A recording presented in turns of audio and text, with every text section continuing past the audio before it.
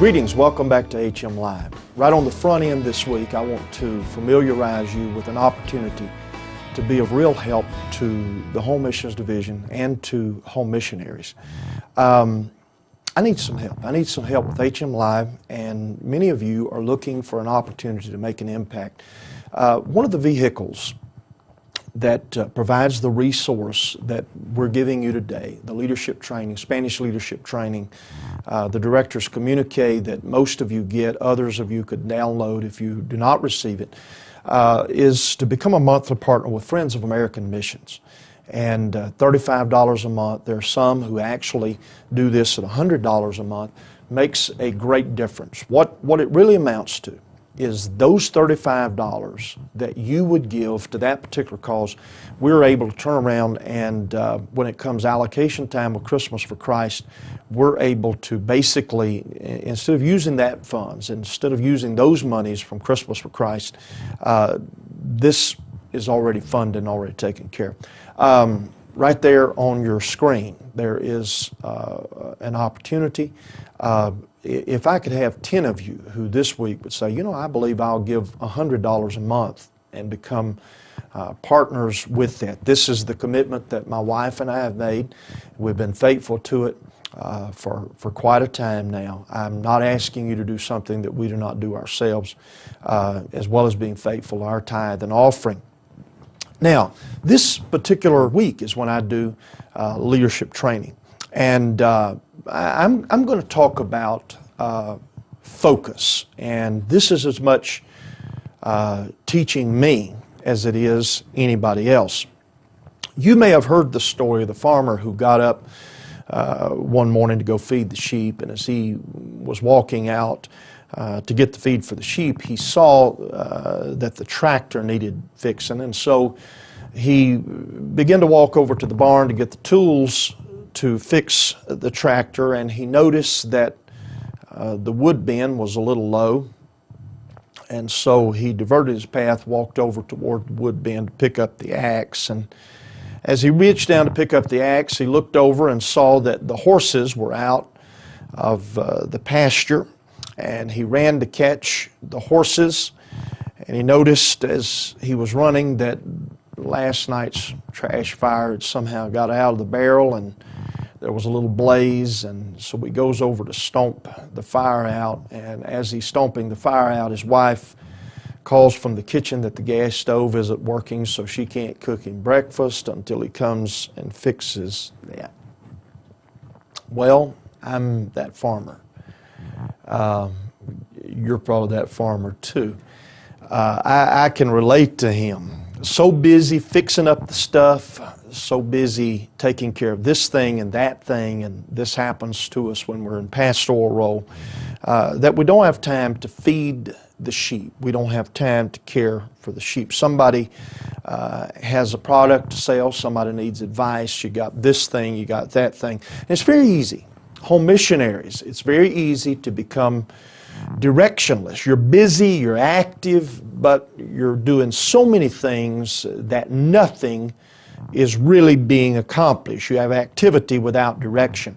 It's interesting that the legislature of Missouri, the last few days, passed legislation fixing it where that young people could not be texting on their telephone. The reason is because that they recognize that crashes, automobile crashes, come when the driver loses focus. They are not paying attention to what's going on. Well, crashes don't just happen with automobiles. They also happen with lives. They happen with leaders.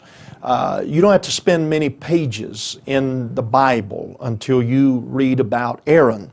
And while Moses was gone to the mountain having a very personal encounter with God, Aaron either participated in or allowed the building of a golden calf to which Israel began to pay homage. What happened? What took place? In reality, Aaron lost the focus of what had brought them out of Egypt and who it was that had brought them out of Egypt. The story of Eli. again, is a case in point of exactly what I'm describing. Eli, who was very much a man of God, allowed his sons to abuse the role of the priesthood. They brought sin and they brought disrespect to the office of spiritual leadership, and ruin, I mean chaotic ruin, was brought to the nation of Israel. The byproduct, the birthing was an Ichabod. The glory is departed was what would be said, and it would long affect that. What happened to Eli? Was Eli a man who intended for things to turn out as they did? I don't believe that for a minute. I think that Eli lost his focus. I think he lost the sense of what he was all about. David, at the time when kings go forth to battle, David was on the roof of the king's house, and he delegated leading the army. Later, David would again go into conflict, but this particular season of David's life, he lost the focus of what he was all about. And of course, it was while he was on the roof of the king's house that he saw Bathsheba bathing, and most of you would know the story of David's adulterous relationship. Paul wrote of Demas, and Demas was a godly man. He was a leader, but Paul would write of him later and say, Demas hath forsaken me, having loved this present world. What happened to Demas? Did Demas intend for it to go the way it went? I don't believe so. Demas simply lost his focus. There come times of decision for all of us. You can't do everything. An elder told me one time, you can't accent every syllable.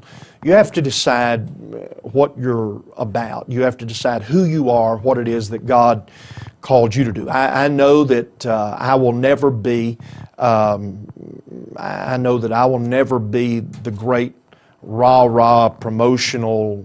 That's just not within me. It's not who I am. So why should I focus my energy and efforts on something that I cannot be? The same's true for you.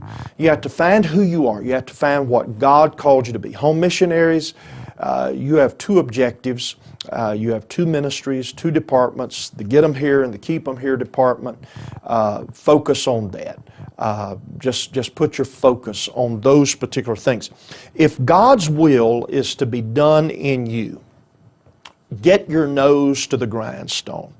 Find your calling, find your mission, evangelist, find what your ministry is, and don't let anything cause you to lose focus. Socrates says we have a much better chance of hitting the target if we can see it. One of the things, and I'm not a hunter, but I do know that the scope on a rifle narrows the focus. It gets you where that you're not seeing the broad expanse. It narrows it down on exactly what the target is. What are you scoping in on? What is the target that you have? What is the next thing that you are intended to do? What is your focus? And again, let me just say again, reiterate that I'm teaching to myself even as I'm teaching you. What happens when there is an Aaron or a Demas, or if you or I lose focus?